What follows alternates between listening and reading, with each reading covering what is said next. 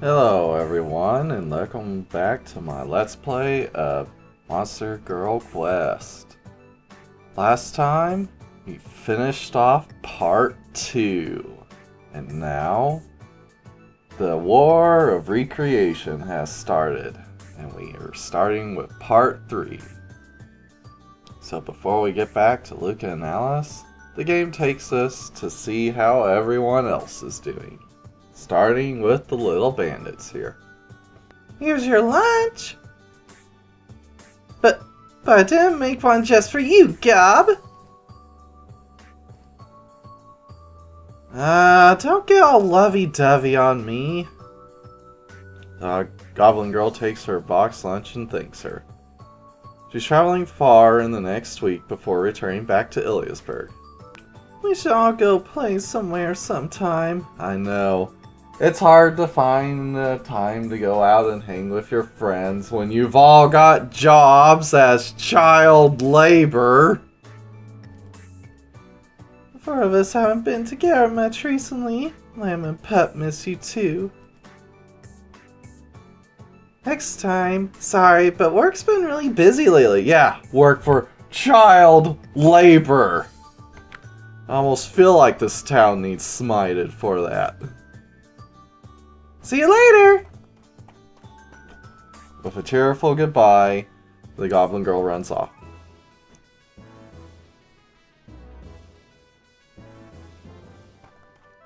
Zoom!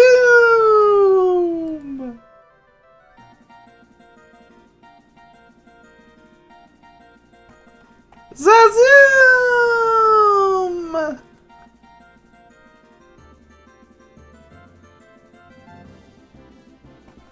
Zazoom!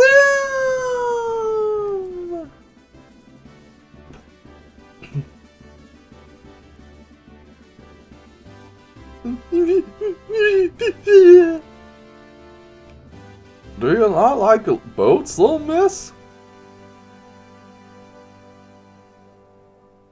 She don't need boats, she can run on the water. But I guess going across the ocean's a little much even for her. Zazoom!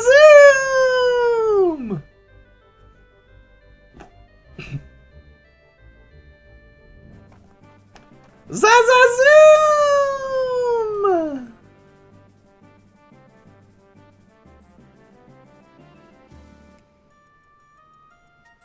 I should take a little break. Why at this point? You're almost there. Goblin Girl lets out a sigh as she nears Yamatai village. Sitting down in the shade of a tree, she opens up her lunchbox. Yeah! Oh, you came! Don't worry, I got your share too.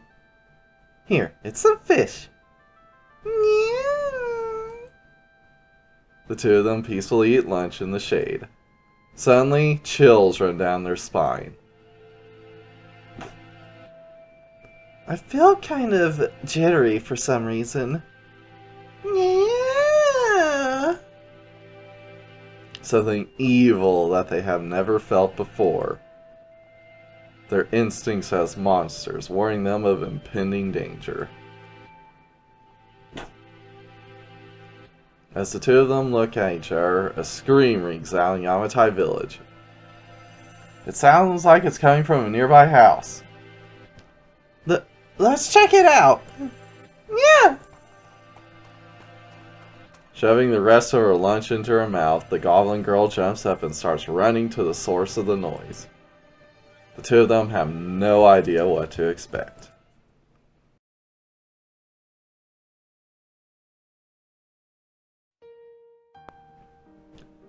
And thus the prince and princess lived happily ever after. The king quietly closes his book. It really is so adorable that the king's faith has wavered enough to now he can actually see the fairies that have taken quite a liking to him.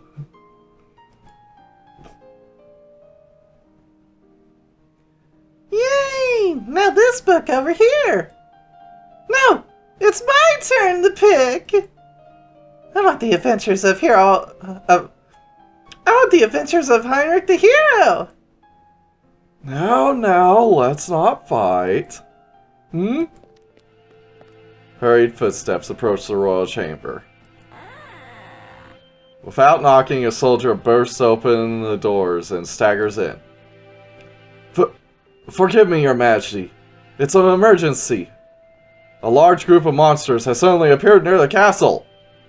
Do you mean the ones that aren't already inside the castle? Yes, of course I mean the ones that aren't already inside the castle. Oh my! Are they friendly? No! No, they're not! Why do you think I'm in such a hurry? A monster invasion! Dispatch the knights right away. There will be no harm coming to my citizens. What type of monster is it? Unknown, except that they are insect-like. According to reports, they do not appear in the 1000 Monsters catalog. 1,000 monsters, huh? That's quite impressive. I think even Paradox at its max will only have a little over 500. Toro's holding out on us. You got 1,000, don't ya? You're holding out on us. A type of monster that does not exist in the catalog? Yeah, that's not even including all the chimeric monsters. So, they're really holding out on us. Hey, wait, immediately! The thing's allies! Fairy mutters to herself, trembling, talking about the chimera that attacked the forest. Huh? Do you know something? No, I have no clue. Soldier cannot see or hear the fairy. His faith is too strong. No, he stares with a confused look on his face at the king. It was a monster who was attacking all our friends in the forest, eating us. But our hero friend got her. The smell right now is really similar. It is certainly unusual for an innocent, carefree fairy to become so terrified. A terrible dread comes over the king.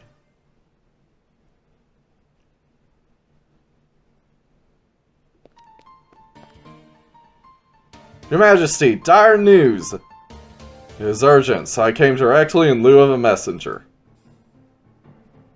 What is it?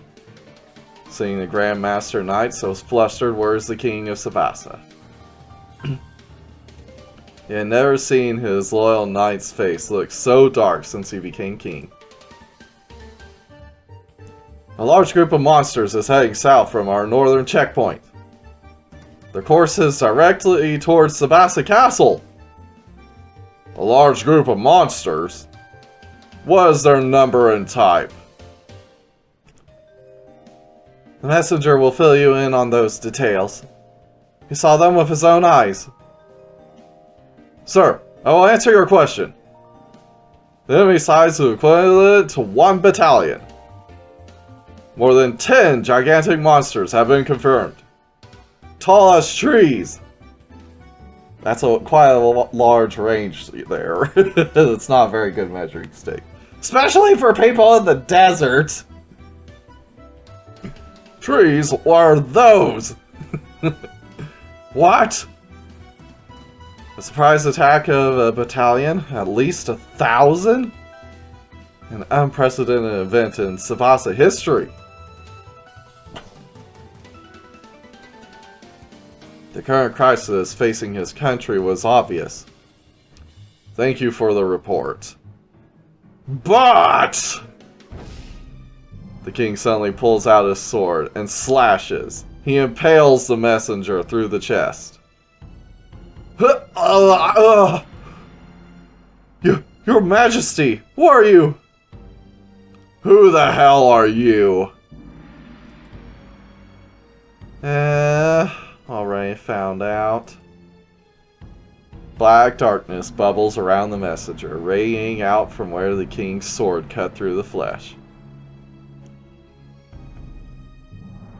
Forming again, the darkness turns into a cloak-clad woman.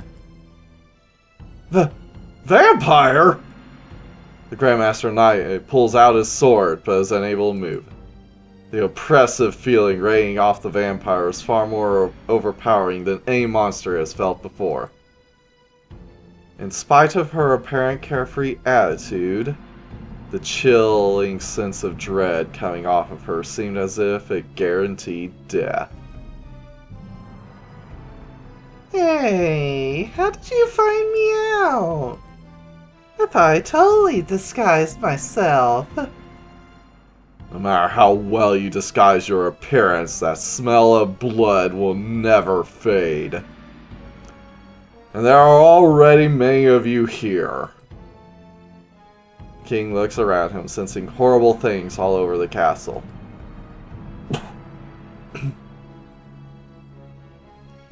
The signs of darkness number at least 30 that he can sense. The battalion of monsters coming from the north is probably true too. But a forward group of high-ranking vampires arrived first. The situation. Already checkmate, is it? The king, grasping the situation in only moments, barks orders at the stunned knight. Withdraw everyone from the castle! Also draw all the gates down, locking the vampires in. Do not let a single one out into town.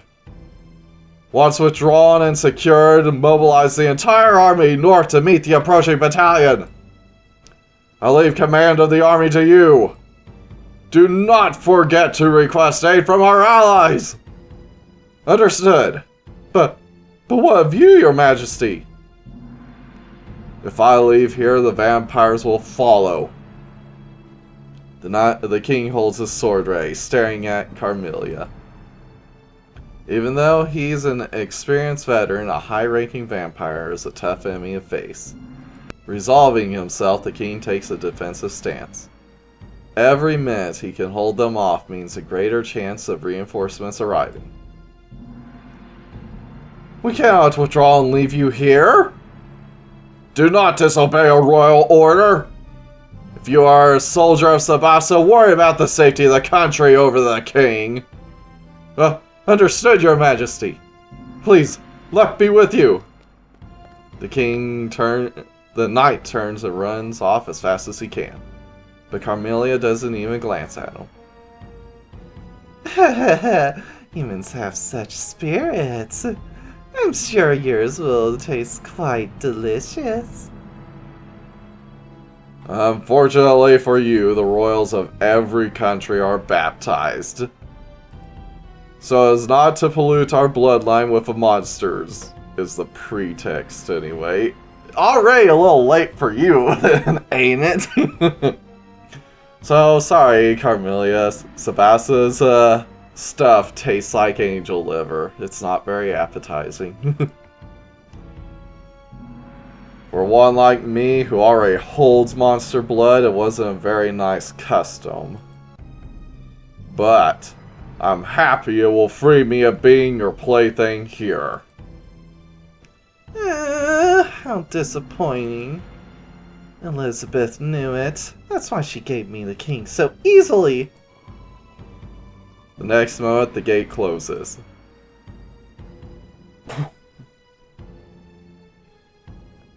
In addition, a powerful magic barrier flows over the gate, trapping any being inside. Oh, you had something like this up your sleeve? It'll take even us some time to release that barrier. Don't look down on Sabasa, monster. We've long been prepared for something like this. Though having the king himself be stuck inside wasn't expected, with so many high-ranking vampires inside, it doesn't seem like there's much of a chance of victory. Let's go, vampire! You shall not take this life so easily. I'm not stuck in here with you. You're stuck in here with me. I haven't had a concubine in years. I am so pent up. In that case, here I come. The king's sword clashes against Carmelia's sharp claws. With his back to the wall, the king throws everything he has into this duel.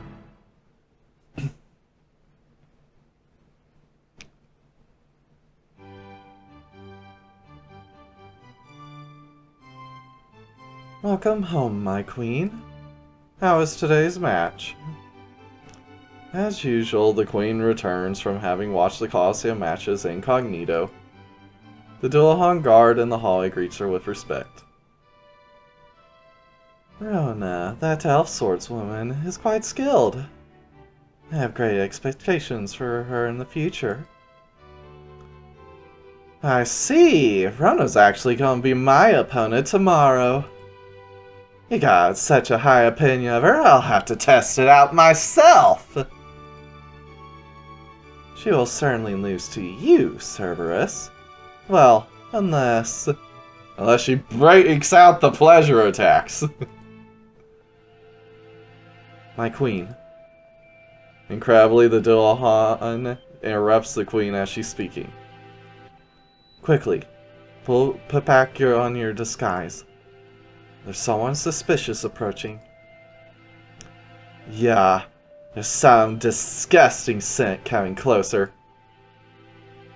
What the hell are the guards doing? I understand. I'll take my leave. Leaving the area in the care of the two Imperial guards, the queen quickly returns to the living room. The Cerberus and Dullahan step in front of the door she left through and stand guard. A strange shape steps into the room across from them. A bizarre being, whose left and right side are anything but symmetrical. Each time a foot moves forward, a strange metal-like sound echoes through the room. Sound like Cell approaching, I'm sure. But speaking of which, she's only got 1 foot. The other half is her Lamia tail.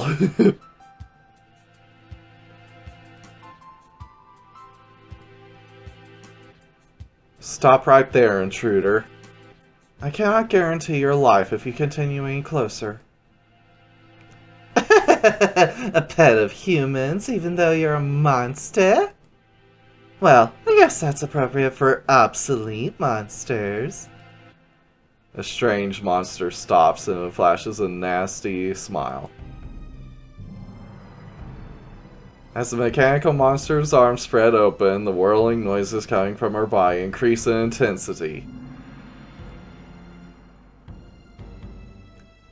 What's with that body of yours? A machine monster? The hell are you? Do you think a flesh and blood monster can beat me? I'll crush you to bits, you obsoletes! She seems anything but ordinary. On my honor, you will not pass here! The two monsters sworn to defend clash against the monster born to attack. At the same time, another ominous shadow was creeping through the castle.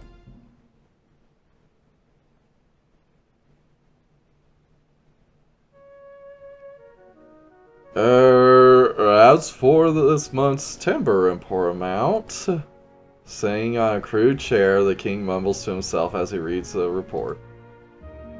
As I thought, not enough. Queen, can you talk to the Ant Girl division in charge of timber? What's with the heavy frown? All I asked was for a bit of wood. Is it that much of an issue? The timber shortage is troubling, but it isn't worthy of such a dark face. Do you have some business here, Spider Princess? Not even glancing at the king, the Queen Ant speaks to a seemingly empty corner of the room. Reacting to her words, the space she's staring at starts to shimmer. Taking form there was a giant spider monster. Monster?! The king jumps up, knocking over his chair. Unable to say anything else, he just stares at her petrified. Overwhelmed by the magical energy pouring off her, he can't even bring himself to cower. He just stands and stares as if caught in an invisible net. Queen Ant. When I heard you had joined with the human camp, I couldn't believe my ears.